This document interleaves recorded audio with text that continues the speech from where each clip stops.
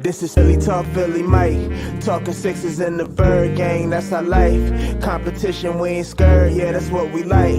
Win or lose, you know we showing up and we gon' fight. You see we strive for the sky every day that go by. And every single week we screaming fly, eagles fly. This is Philly Talk with Philly Mike, yeah. This is Philly Talk with Philly Mike, yeah.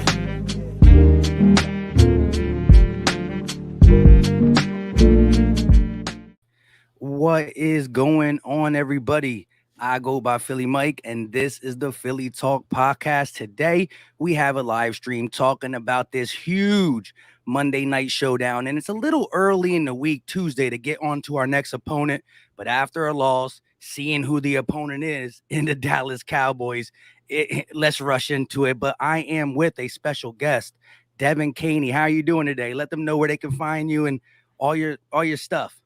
Yeah. Well, first of all, thanks so much for having me on. Super excited to be here. I'm Devin. You can find me on Twitter here and on Instagram at Devin Caney without the little space in between. So pretty simple. There you go. There you go. And she definitely does a great post game with the Jacob. Yeah, I should probably mention that. Yeah, I host a live post game show after every Eagles game with Derek Gunn and Mark Farzetta on the Jacob Media's YouTube channel. So if you guys haven't, go like and subscribe. And it also airs on 6ABC's website and app. Well, there we go. There we go. But yes. So real quick before we get into the Dallas Cowboys, what were your general thoughts on the game that the Birds played against the 49ers, the ups and downs, just your overall thoughts on that game? It was really frustrating, but something that I think I kept in mind, and I think a lot of Eagles fans should keep in mind, is that we're such a young team. I think we got a little bit overexcited after the win over the Falcons, which was amazing. But I truly had no idea what to expect. I think we're still kind of trying to figure out or feel out this team, especially Jalen Hurts and Nick Sirianni. The aspects that truly disappointed me in that game against the 49ers were the play calling by Nick Sirianni, clock management, and then offense just not being able to capitalize on opportunities. But again, like, we're a young team, so I'm not ready to be like, oh, they suck, they're horrible, because we almost won, which I think is what made it so frustrating, because the 49ers are a veteran team. They're really good, or supposed to be good. And we still held them to 17 points.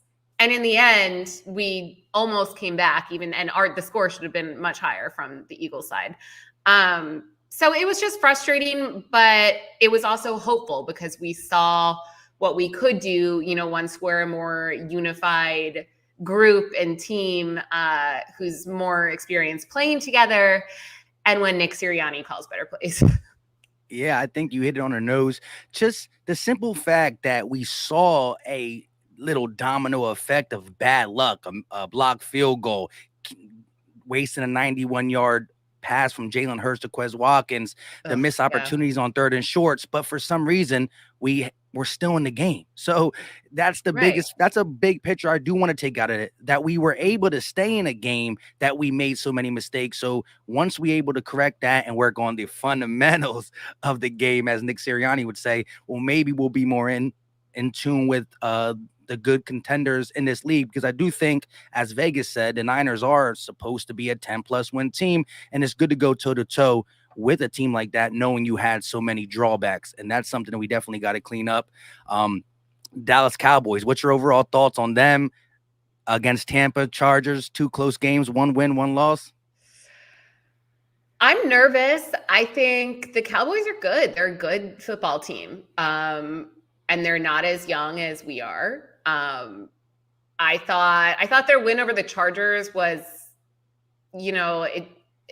some of it came down to calls that were in their favor. It wasn't necessarily like, oh, they were the dominant team. But I am still very nervous to face them, especially on a Monday night primetime game, because that does up the ante, even though we say players are used to it, but they're not. Like, Jalen Hurts last year, there weren't fans in the stands. And I still think, I actually asked Lane Johnson about this on, he comes on our post-game show after every game, casual plug there, if that affected them, because we have so many of these young players and a rookie coach who haven't played in a packed stadium. And while the fans were like rooting for the Eagles, they still weren't used to that. There were no fans in the stands last year. And Nick Sirianni wasn't even here last year. So, and Lane was like, yeah, I think it was probably a little overwhelming to our players. So, then a Monday night primetime game that's against Dallas in Dallas, like that's a lot in terms of mindset. I know I've been really impressed with Jalen Hurts and how he appears at least to stay very cool, calm, and collected throughout high pressure situations. I worry about Nick Sirianni though, because he seems like the type of person who kind of feeds off that chaotic energy and lets it kind of get him frazzled. So hopefully he can keep his cool. Yeah, he's definitely a guy who let us know early that he feeds off what's going on and everything. Yeah. And there's going to be times in a game where you need to keep your composure. And that's something that you mentioned on Jalen Hurts. He has that same look. He's just focused, whether he made a great throw or he made a little bonehead play. He still knows that you have to have a short memory in this league and just play the next game because there's still time on the clock. But yes, Dallas. I hate them, and I hate giving any props to Dallas, but I know I hate them too. And that's why it pains me to say, like, I'm scared for Monday. I hate them, but like, that's just the truth. Yeah. And I think the biggest thing was how they beat the Chargers because, for the last couple of years, we've seen the Dak Prescott throw for 300 plus, look very good, but they finish 8-8, right around that 500, lose some games where they should have won. But last week, they finally did something that I didn't want to see, and they did more of a share the ball. They ran the ball, they passed the ball. Dak Prescott had 237 yards, 0 touchdowns and a pick, but they ran for $189. And I don't want to see a balanced Cowboys team because I think when they were good back in the 13-3 era when Dak was young, not saying Dak can't be the main guy, but they were a balanced attack, and I don't want to see them starting to get that under their belt.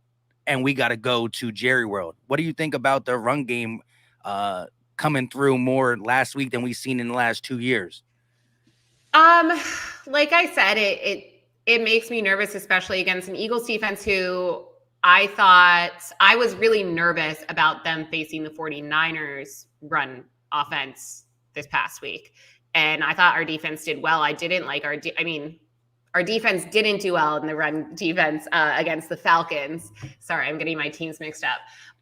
But I really liked what I saw this past Sunday from them. So hopefully they can, keep the Cowboys running game under control. But again, we lost Brandon Graham. That's like a massive hit to us. Ronnie McLeod still isn't playing. So the injuries do worry me. I don't know. I think I like Jonathan Gannon. I like his game plan. So I'm hoping that he'll stay on top of it. What about you? Yeah, I agree. You saw a little bit of the worrisome Falcons run on us, and then we stopped the Niners team who don't have a name brand running back.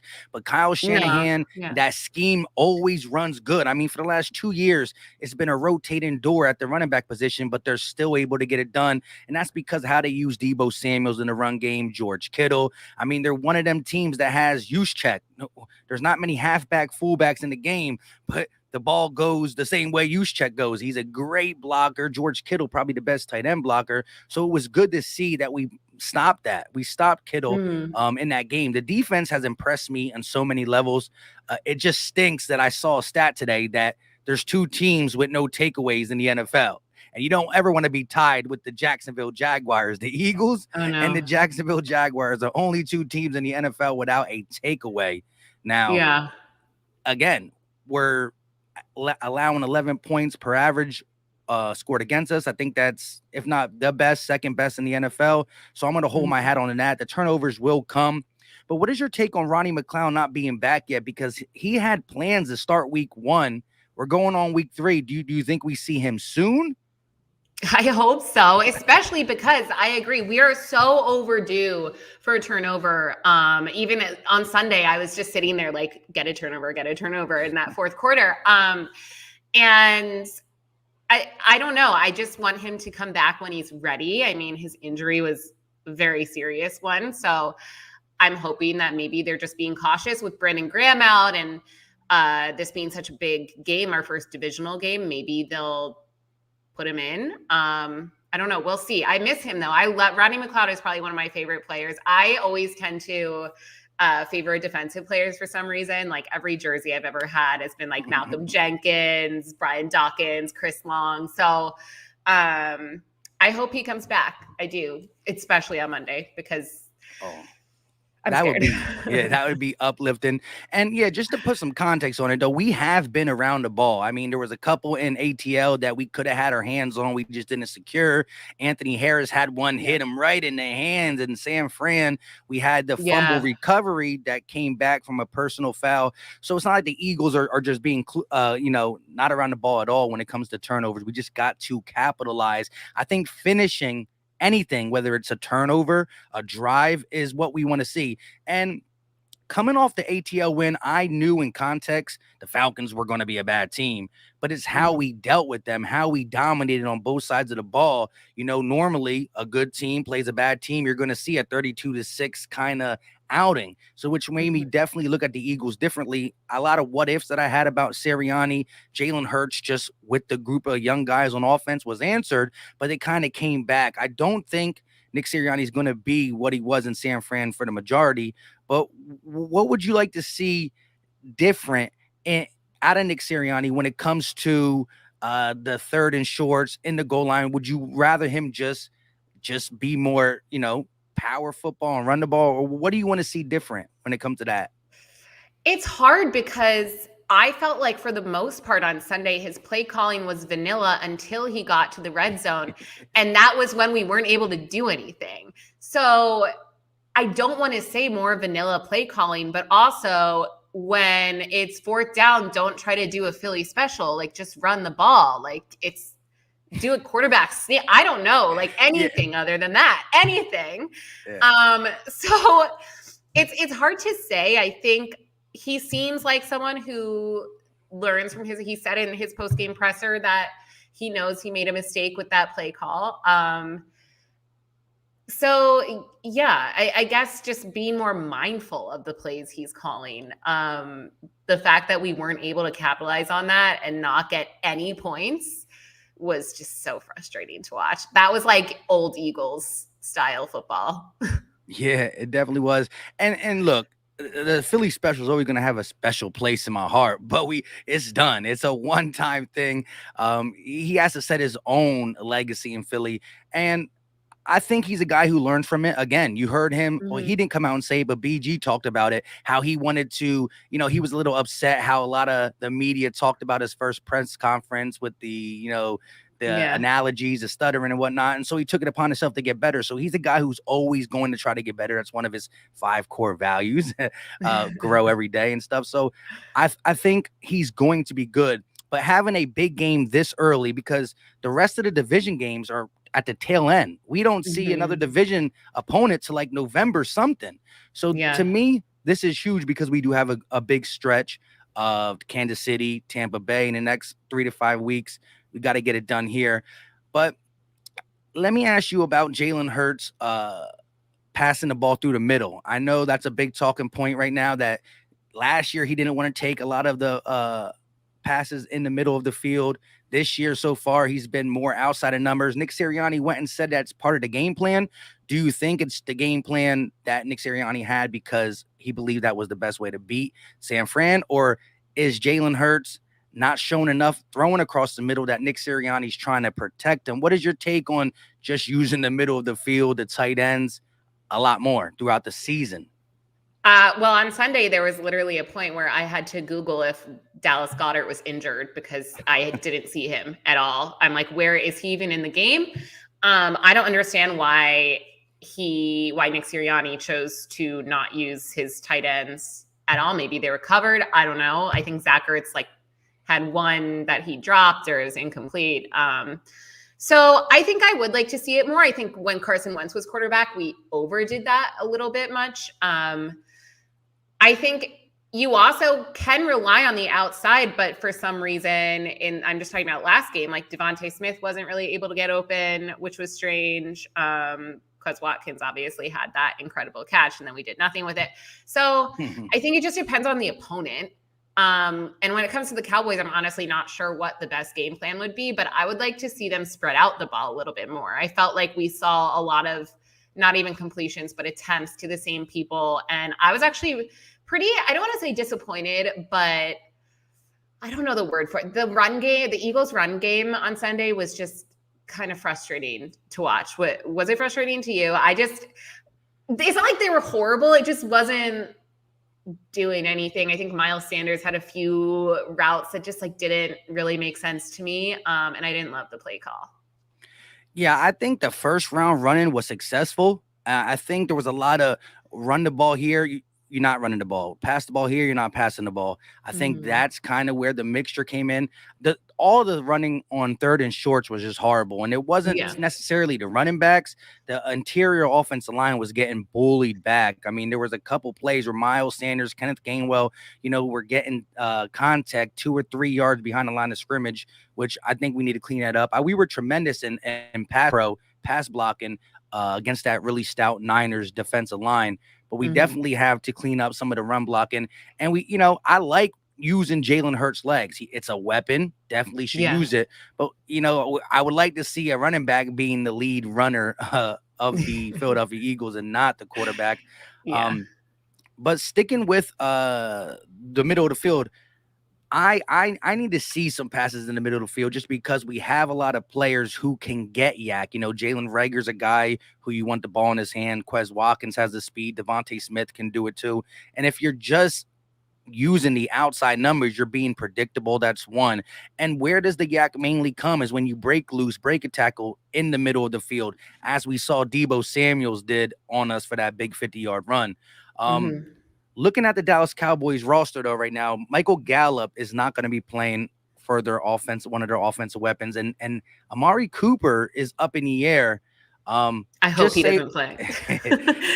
Just say Amari Cooper does play. Who do you think is the biggest weapon to take away out of Amari Cooper or newly rising CeeDee Lamb? Oh, CeeDee Lamb is scary too. Who of those two are scarier? Like.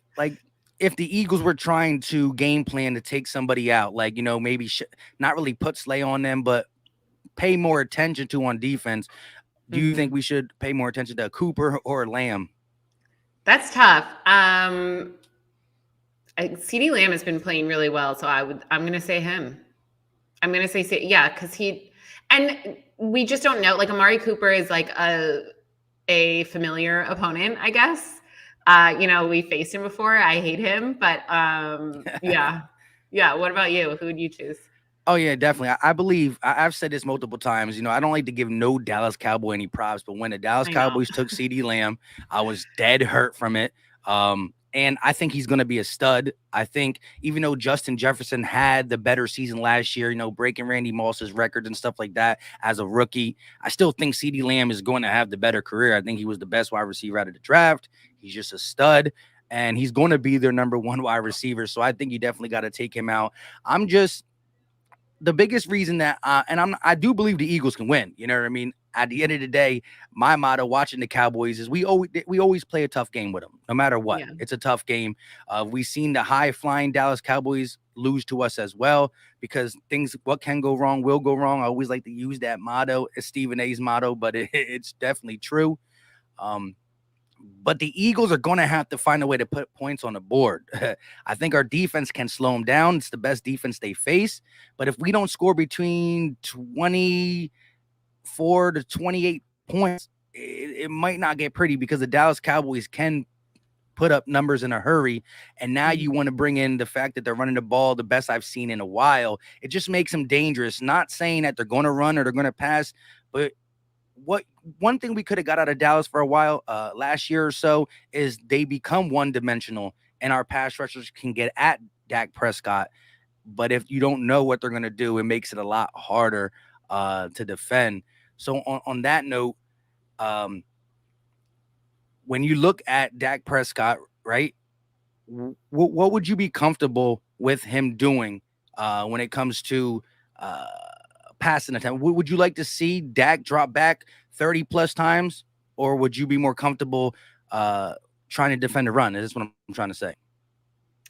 Trying to defend the run because we haven't caused any turnovers yet. And I mean, you don't want him dropping bombs down the field over and over again. I think the run game, even though they did look good against the Chargers, is easier to contain. But again, I don't know.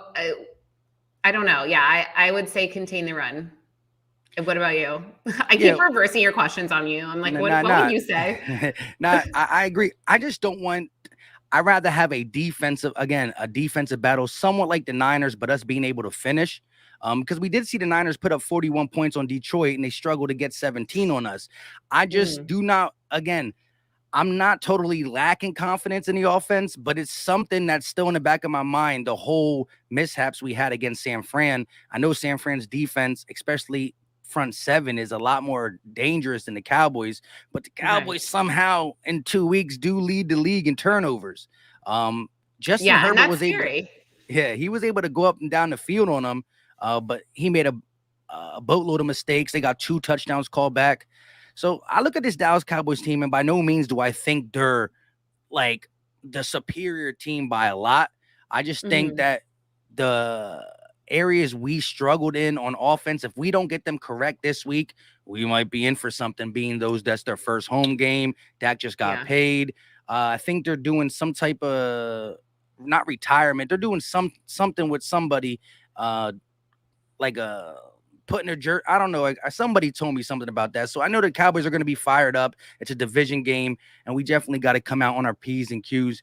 But going to the Cowboys defense, right? How do you, what do you think you watch Mika Parsons play defensive end for the first time? Again, he's a rookie. It's only his second game, but he was an animal at the defensive end position.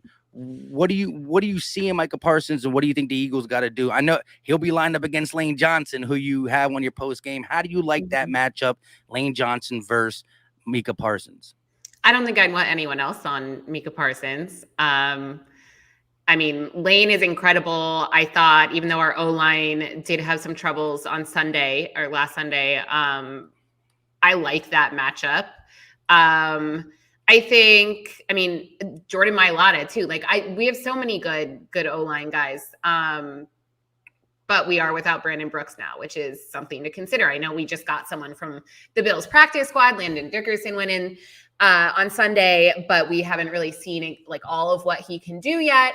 So, you want a seasoned vet. You want someone like Lane Johnson. Lane Johnson also knows this opponent. He's very familiar with the Cowboys. He's done primetime games. He's not going to let it get to his head, even though he admits like it does up the ante quite a bit. I think I agree with you. Just going back to what you said before with this matchup, I think I'm not that concerned. I don't want to jinx it by saying this. Watch our defense like not show up on Monday. I'm not concerned defensively when it comes to the Eagles versus Cowboys. I am very concerned about our offense. As long as our offense can capitalize on those opportunities that they weren't able to do on Sunday, we'll be able to match, if not exceed, the Cowboys in points. But I am concerned that they're going to come out and be the same team that we saw on Sunday, and that is just not going to end well. Yeah, definitely frustrated to know that, that's going to be in the back of the head now, because and a lot of players and the young players might think about it a little bit more. I don't have no worries about Jalen Hurts being able to overcome anything. Like I said, he's laser focused. But now does Nick Sirianni start second guessing his play calling because, the media ripped him. He came out and took accountability, which was good. But that all has to be corrected, and it has to be corrected in a very big time prime time matchup where not only are you going to get the Philadelphia Eagle Nation watching you, the whole world's going to be watching, and the Cowboys they drive up the ratings, so there will be a lot of people watching. So this is a very huge game, and it's like I said, it's big because of how our division games are at the end of the season, and so you don't want to get too far behind. But looking at the defensive line for the Philadelphia Eagles, we talked about Brandon Graham being out. What is your take on how Javon Hargrave have stepped up? I know Fletch is constantly double teamed. The chat is talking about them. Shout out to the chat. We got over 100 some people in here. Make sure you hit the like button. I can't see the chat. I should pull it up. So if you guys are bad mouthing me, I guess I won't see. Nah, nice. But there should be something in the corner that says private chat and public chat. If you click the public chat. Oh, I can see it now. There you go. Yeah, now you can see it. Like I said, and normally sometimes, if something's good, you can bring it up and whatnot. Stuff of that sort. But yeah, shout out to the chat being in here. Let me know, how do you feel about the defensive line? We've seen pressure, a lot of pressure, but we haven't been, against San Fran, we didn't get to Jimmy G. Yeah. How crucial is it going to be for JG to dial up some blitzes possibly, or the front four win their matchups to get at Dak Prescott, knowing that Brandon Graham's not going to be there and the rotation's a little bit shorter on the D line in general? Right. I mean, Brandon Graham not being there is a massive hit. I can't lie. That's really worrisome to me. I've loved what I've seen from Javon Hargrave, though. I feel like not enough people are talking about him.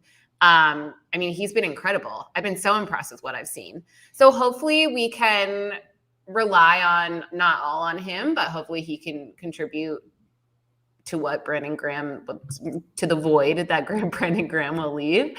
But yeah, it's important. We need to get to the quarterback more. We need to get more turnovers. So while I was happy with the defense's performance on Sunday, there are still a lot of things that I'd like to see more of, especially on Monday. Yeah, but that is definitely good to know that your defense is still top 5, top 3 in a lot of categories, in the most important category and points allowed, while knowing there's so much more that they can get, more potential in them with the turnovers and the sacks, because we were 3rd in sacks last year. So knowing that we didn't reach our ceiling because we're in the bottom half, and an important stat, we're still taking care of the most important thing, and that is keeping the score down so our offense can get something going. But a takeaway, not only does it give the ball back, a struggling offense can really get up from that. As we saw San Fran, we kept them in check all game. They blocked a field goal, and then what happens? They start driving down the field and being able to put points up on us. So the football is a game of so much momentum. It just takes one or two things to really change the complexion of it. But what is your take on the linebackers? Because that has been a real, the weakest link going into the season, but they've played pretty good. What is your take on just the linebackers and a secondary being able to, we only allowed 2 plays over 20 yards the whole season so far, which is the second most in the NFL. What is your take on just that coming together? And we're going to need that against, we talked about Dak, CeeDee Lamb, Cooper, Tony Pollard. Yeah, sorry, I'm distracted by this comment. Kerrigan hasn't done SHIT. Was he in? Did he play last? I truly have not seen anything from him. Well, I saw he was on IR the week before, but not for injury. For Kerrigan did play, and this is the crazy thing. I talked about it in a video yesterday.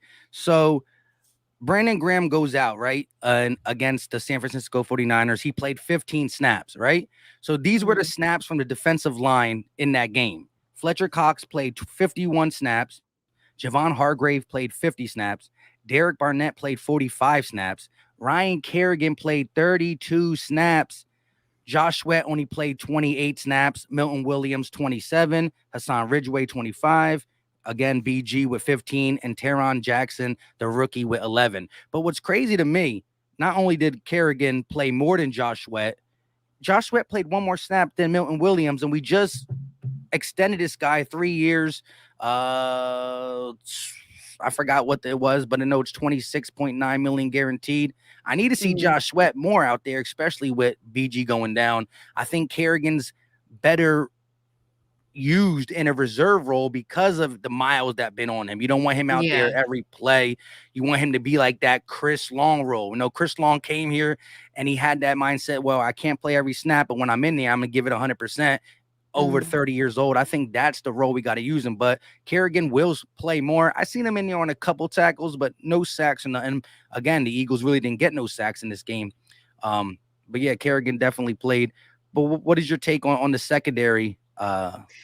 Well, you just brought up Derek Barnett, and I totally forgot that he was someone who I did not love his performance on Sunday. I don't know what was going on there. Josh Sweat, yeah, they did just extend him. So I honestly didn't know the number of snaps he had. So that's kind of surprising to me. But in terms of defense, I mean, the two names that stand out just as a whole, well, Darius Slay, the 49ers had him like locked down, but so I don't want to say I want to see more from him because I like Darius Slay. I think he's doing just fine. Alex Singleton has been incredible. I feel like not enough people are talking about how he went from not even being the starter last season to now just being like one of the most productive players on our defense. Sorry, go ahead. No, I was saying he's around the ball. He's definitely around the ball. Always around the ball. Again, would like to see someone actually like get the ball, but that's asking a lot.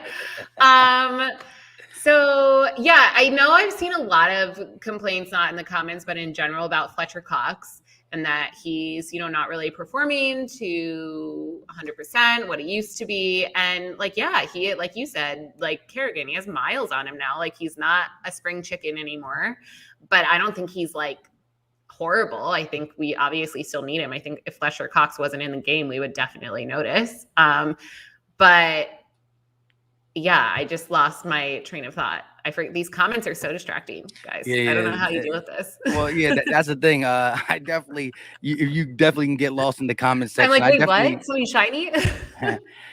Definitely check them out all the time, and they definitely always ask great questions. They definitely do, and like I said, they definitely could take it in their own route, and it's good. But when we were talking about, let's go back to Derek Barnett for a second because that play against San Fran, where he got the 15-yard penalty, personal foul for late hit. That is not just a player making a mistake. This is an ongoing thing with Derek Barnett. I know Zach Berman of the Athletic asked Nick Sirianni, and he said, we discipline everybody different ways, this, that, and the third. But look, Derek Barnett has been a thorn in my side with these things, hitting too low, hitting too high, doing this, doing that. And that was huge. I rewatched the game today because I had some time. I left work a little early or came into work late because I had some stuff I had to take care of. So I rewatched the game in the condensed version. And man, again, all the missed opportunities, the Philly special made me a little sick in my stomach. But getting to the Derek Barnett part, it's like, that would have been a 3rd and 15 with a chance to stop him on 3rd and 15, and you get the ball back with 2 to 3 plus minutes with a chance to take the lead because we had that there. That got him the first down, and then they ran a couple more plays, and then they end up sneaking it for the game-winning first down. But it's plays like that he's not learning from it. He's not putting the team in front, and I don't know, man. Do you think that comes down to coaching? Because why is Jonathan Gannon not seeing that? And maybe he is, maybe he's correcting it, but that's unacceptable when you're in a high pressure situation like that to get a 15-yard penalty that basically costs you the game. Well, that's why I want to see how this game plays out against the Dallas Cowboys, because definitely after Fletcher Cox and Javon Hargrave, Barnett was the highest snap rate. I want to see Josh Sweat come up, maybe even more than Derek Barnett, and maybe even Ryan Kerrigan come up on. I need to let Barnett know that this is not tolerated no more. Now, again, what he did in the past with the previous coaching staff, that's neither here or there when it comes to JG and his disciplining. But I want to know going forward that we're going to have some type of repercussion for that, because that is huge in a game where, you've done a lot of right. You did leave a couple big drives up, but you can't allow that. And I'm curious to see. Again, we are less deep there now with BG going out, but now Kerrigan's getting healthy. I want to see what the rotation looks like between Barnett, Sweat, Kerrigan, and Milton Williams on the outside, knowing that Barnett is going to be making these bonehead plays. The PT should go down. Yeah. No, it'll be interesting seeing but then it also goes back to the fact that if our offense is more productive, plays like that won't be make or break. Not that mistakes like that should ever be made to begin with. But I think that's the issue with relying on your defense. It felt like we did all throughout the game against the 49ers. Our defense, again, played really well aside from a few mistakes, but you just can't let it come down to that make or break 3 minutes left. And then you get a penalty because then you lose. Yeah. I agree. So looking at the defense, and we talked all about it, give me the two players that you really want to see step up in this Dallas game, maybe create a turnover or just have a stellar game against, a team that is going to try to attack us in many ways. Give me two players that you want to see just defensive step players up, or yeah, any player? on defense. Darius Slay and Josh Sweat. There we go. A pick and a fumble, right? Let's get a pick from Slay. Yep, exactly. and a forced fumble. I was like, who do I want to get a pick? Darius Slay, I want to get a pick. I'm manifesting it right now. Yes. So. Yes. Because, old Slay, like I said, I'm calling him Slay Jr., and because that's what he has on his back until he gets that big play Slay ability. I believe it's there. You know what I mean? He's going to be put in a better opportunity than he was last year because he was the biggest one griping about Jim Schwartz's system. It's hard to make plays when your back is facing the ball, but now he's playing in a more cover 3, cover 2 zone scheme where he's going to be able to make plays. So I'm expecting that to happen. Let's flip it over to the offensive side of the ball. This is the young offense that really stuttered in this Niners game. Who do you want to see? I know you had the big quote, and I actually used the Farzi picture of you that he put up when you said the Jalen Hurts to Devontae Smith, and the link is going to be lit. We were waiting for it, but we didn't get it. We almost had it. Like when Quez Watkins made the play, I was like, oh my God, different player, but like, that's fine. I'll take it. And then we didn't score. But two offensive players who I want to see have a breakout night, standout night. Yes. Let's think.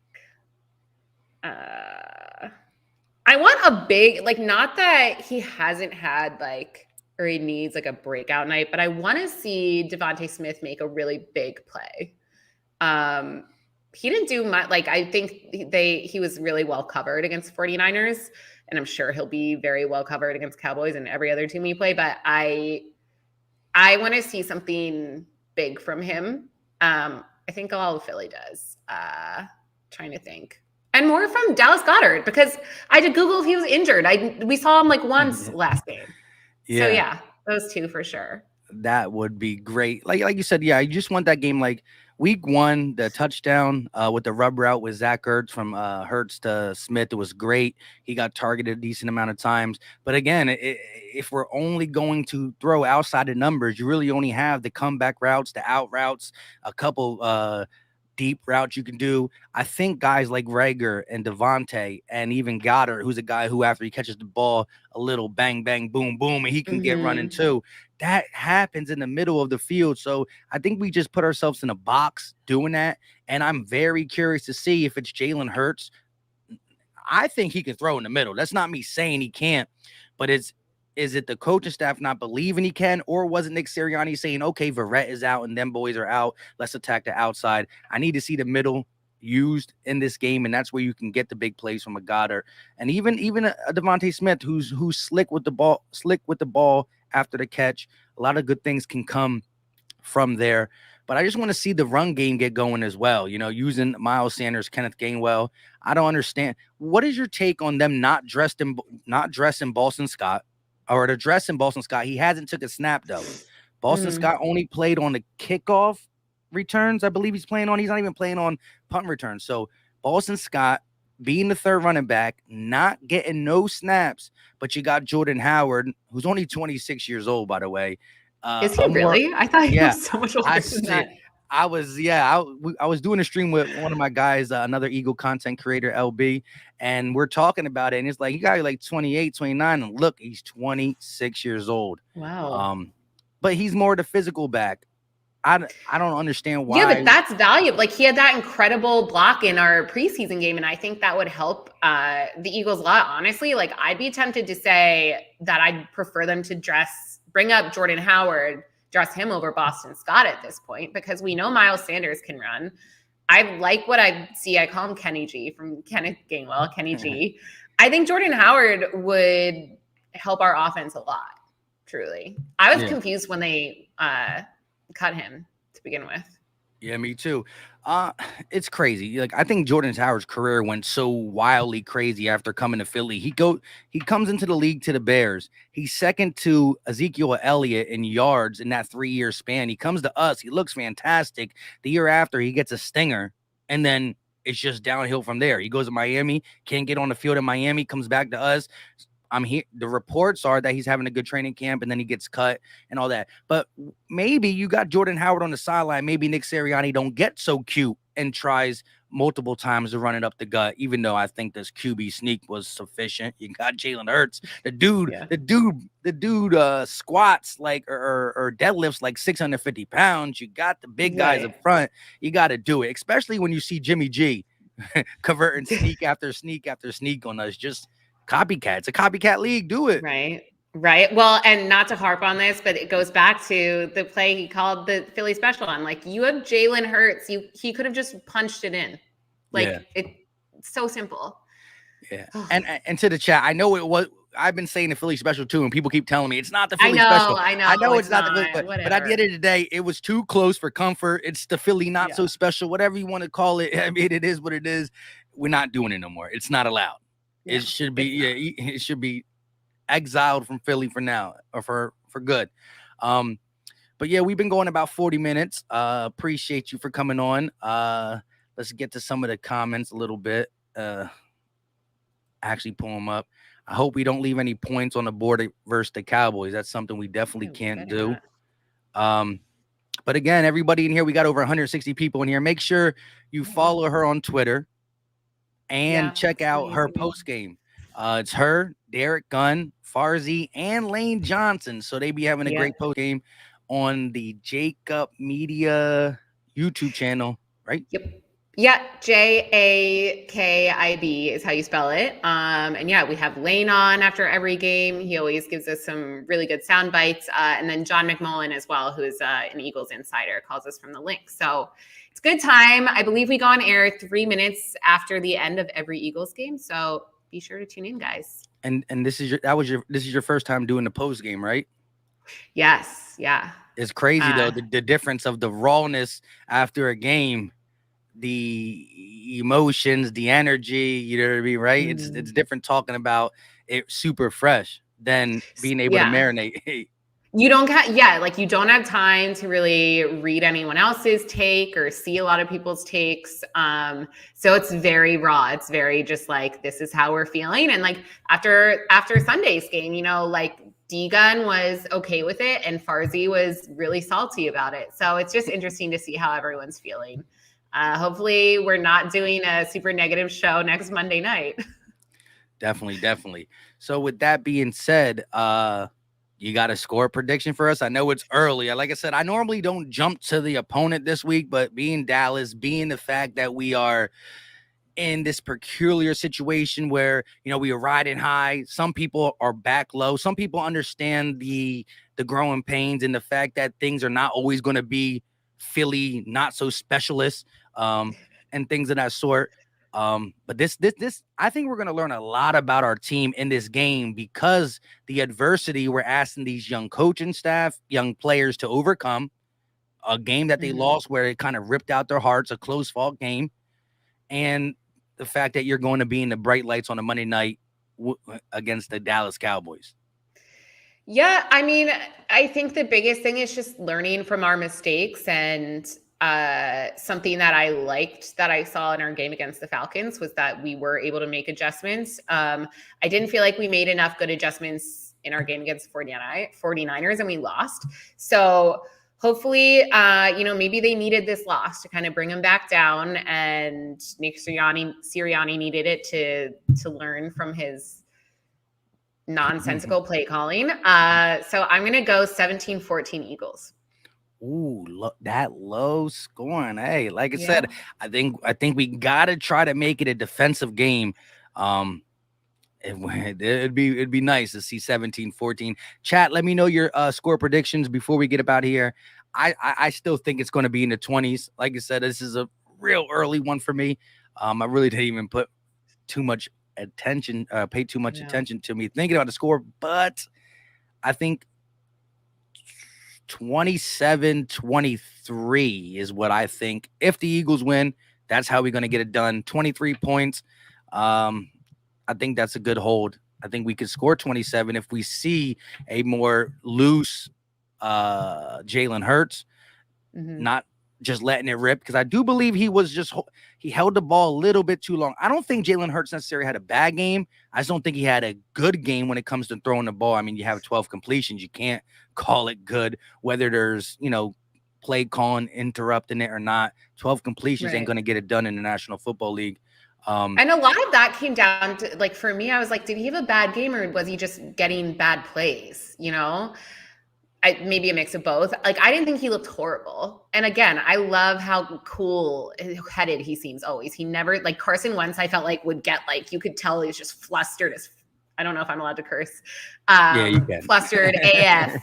And I like that Jalen Hurts doesn't seem to let that bother him. And I don't know. That's very telling to me. So I have confidence in Jalen. Yeah, and so of course, it is Eagle Nation in here, but I'm liking the scores. 28-17. I'm not liking. I saw like a 30-something to a very low number, Dallas. So there's some Dallas fans in here. I don't appreciate it. Well, no, yeah, we got 38-34 Eagles. Yeah, see, of course, I don't know why Cowboy fans would come in here and watch the Eagles podcast. Hey, but shout out to them for supporting. But at the end of the day, I can't listen to 45 minutes of a team that I dislike. But shout out to the ops in here. Absolutely wanting to come in and shoot their shot. Let them shoot their shot. It is what it is. But yeah, thanks for coming on. Hopefully this is, some good juju for this Eagles team that could desperately use a win. Really just to take the division, take a nice stranglehold over the division, coming into the season. Who was the favorites to win? The Dallas Cowboys, just standing third. They were able to celebrate a moral loss, I guess, because they lost to the Super Bowl champs by a little bit. They were holding their hats on that. Now they go to the Chargers, a little iffy calls in there, but they get a dub. I'm not going to take it away from them. And now Dallas Cowboys are back to going to the Super Bowl, supposedly. So it would be great to just damper their parade this early in the season. I would love nothing more. So we'll see. Thanks for having me on. I appreciate it. This is fun. No problem. Yes. With that being said, shout out Eagle Nation. $1.60 still in the chat. Hit the like button, hit the subscribe button. We will be dropping content all week. And maybe if we win, she comes back going to do like a quick one celebrating the win and talking about for something. Sure. Hopefully. Until next time, right. Y'all know what time it is. We are out.